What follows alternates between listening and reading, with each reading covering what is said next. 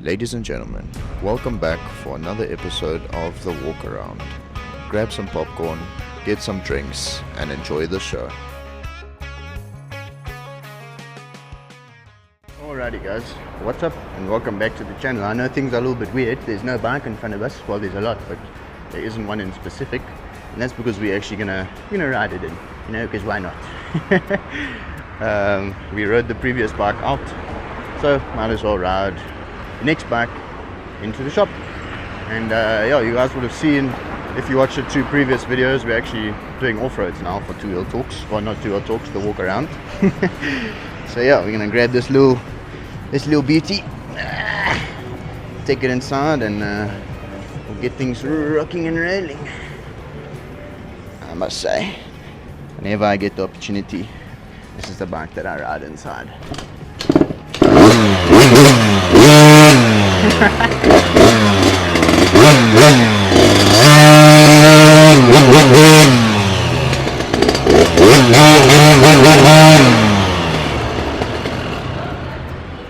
For what it is, these things are very powerful.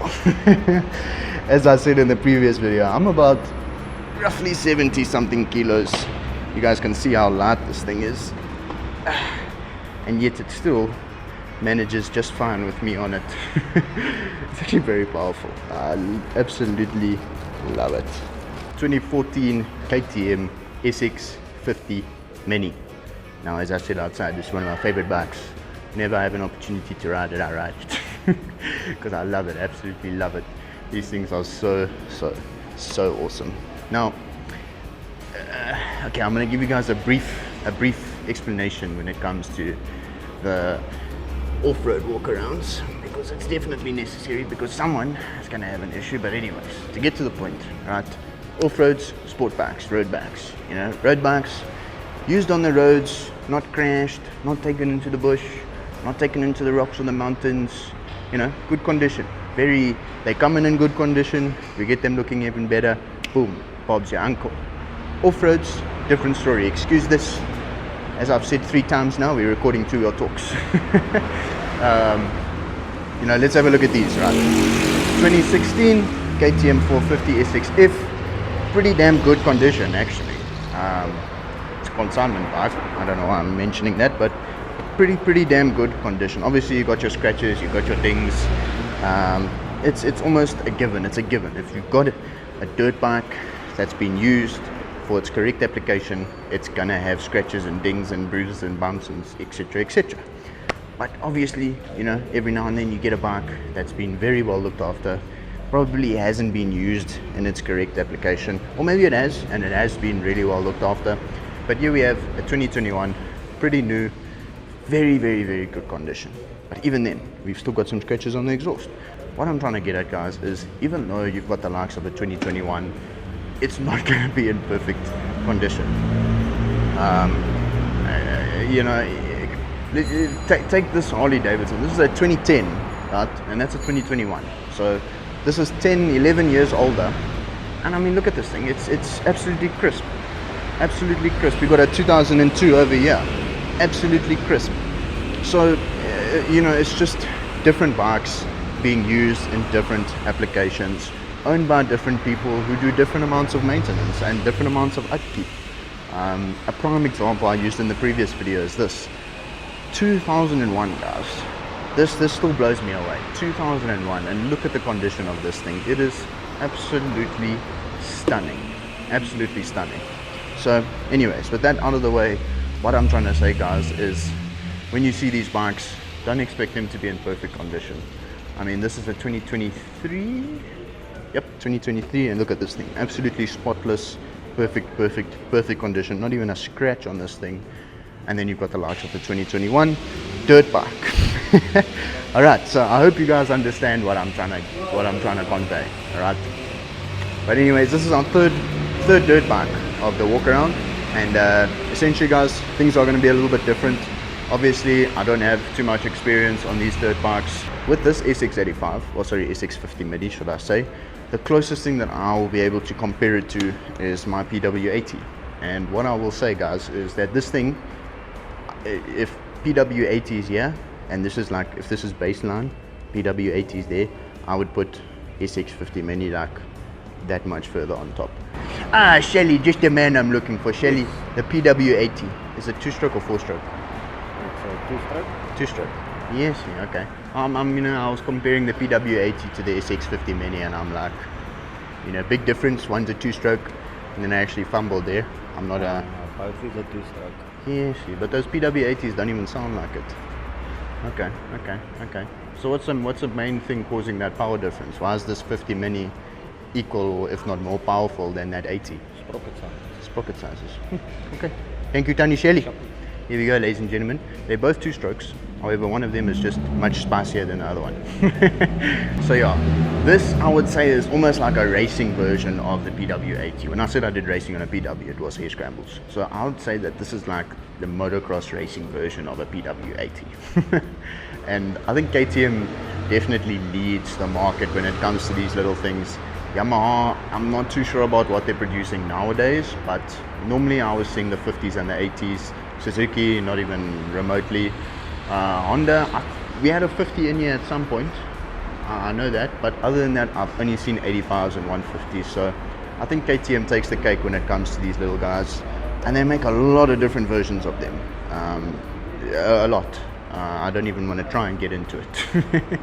But yeah, to get to what I was trying to say, guys, is I'm not going to give you a decent idea on how these things ride. I'm just going to give you a bit of a closer look, highlight a few scratches and dings and bings and bongs here and there, and yeah, just give you guys a proper look and a little startup and maybe a little ride as you guys saw in the beginning of this video. But yeah, anyways, I'm going to jump straight into it. As you guys can see, there is a little bit of 2-stroke from the exhaust over there, so don't worry, it's not leaking oil per se. But in general, guys, this thing's in really good condition. I mean, it's yeah, and for a dirt bike, outstanding condition, especially considering it's a 2014. It's in really good condition. Obviously you've got your dings and bongs over here, a little bit of damage on the exhaust there, from whichever lighty unfortunately came down on this thing. A little bit of damage here on the end with the grip, again not a major thing. We've got grips if you want to replace that. Foot peg looking good, other side also pretty good. Swing arm, no major damage to that. Rims are looking pretty good, no cracks, no dents.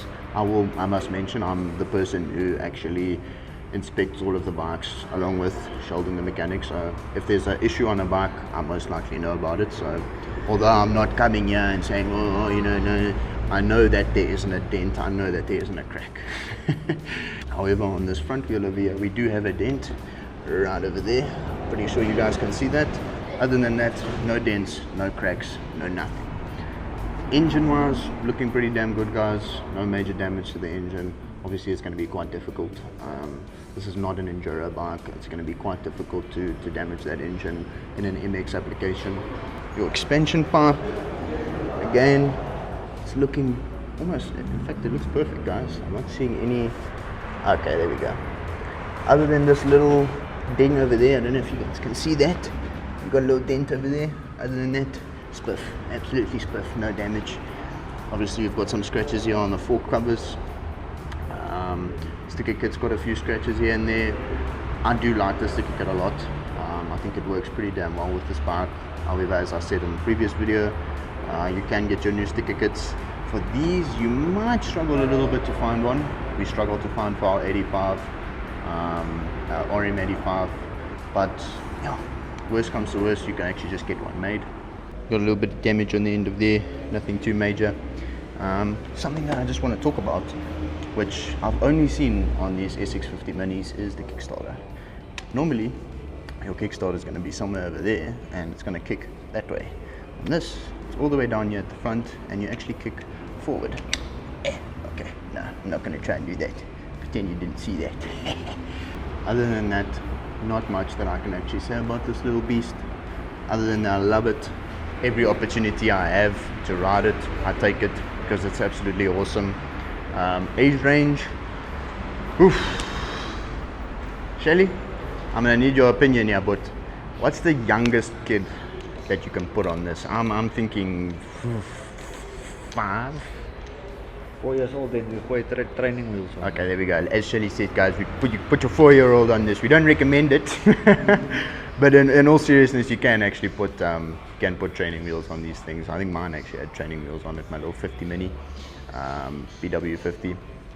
But as I said, this thing's a little bit powerful, you know. I think if you're starting out, maybe start on a little 50 first, because these things are pretty powerful. But I do think that it's possible. You can put limiters on these things. You can limit the throttle in terms of how much you can actually twist it. The only thing that makes, that wasn't me, it was my foot. Only thing that makes me a little bit hesitant to say that your 4 or 5-year-old can start on this is that power, because it's quite powerful, and it's a start and go bike. It's you know, there's no clutch, there's no gears, there's no nothing. You start this thing, you got a little bit of play where it actually doesn't start accelerating, and then once you get far enough through your throttle tube, it just it goes and it goes.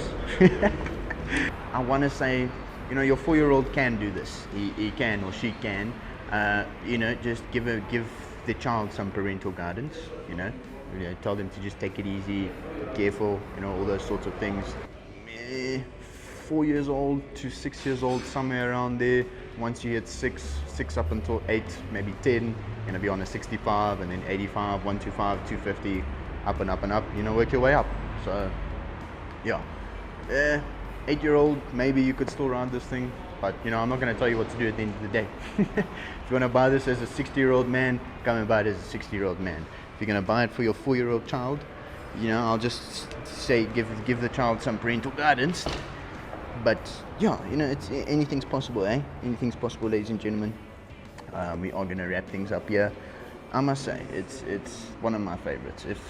If I had a little farm and I needed to pot around on it, this is what I would be potting around on. I love these things. Absolutely love them. Get a little started playing for the boys.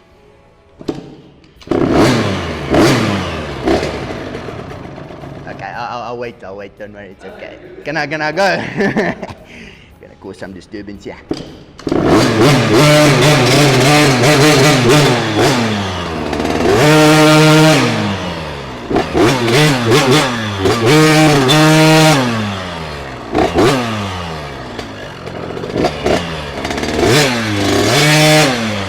So obviously it's idling now, and I'll slowly add throttle. It's not going anywhere, and then eventually it starts going. So that's what I was kind of saying, when it doesn't have gears, doesn't have a clutch or anything like that. But yeah, nothing but good things to say about these little SX50 minis. I love them. Yeah, nothing but good things to say. Perfect bike to start on. Just take it a little bit easy. There's the 85 over there. As you can see, it's just a little bit bigger. I would rather say start on 85. It does sound crazy, well, that's actually an 80, but it's just the power difference. Obviously that's a bigger displacement, but the power difference it's night and day. So starting out first bike, I would direct you towards an 80 if you got a little bit of experience, or if your intention is to get into racing, this is the bike for you. But anyways guys, that's it from me today. Hope you guys all enjoyed the video, and I'll catch you guys all in the next one. If you've got any questions, leave it down in the comments and I'll get back to you as soon as possible. But anyway guys, I'll catch you guys all in the next one. Peace.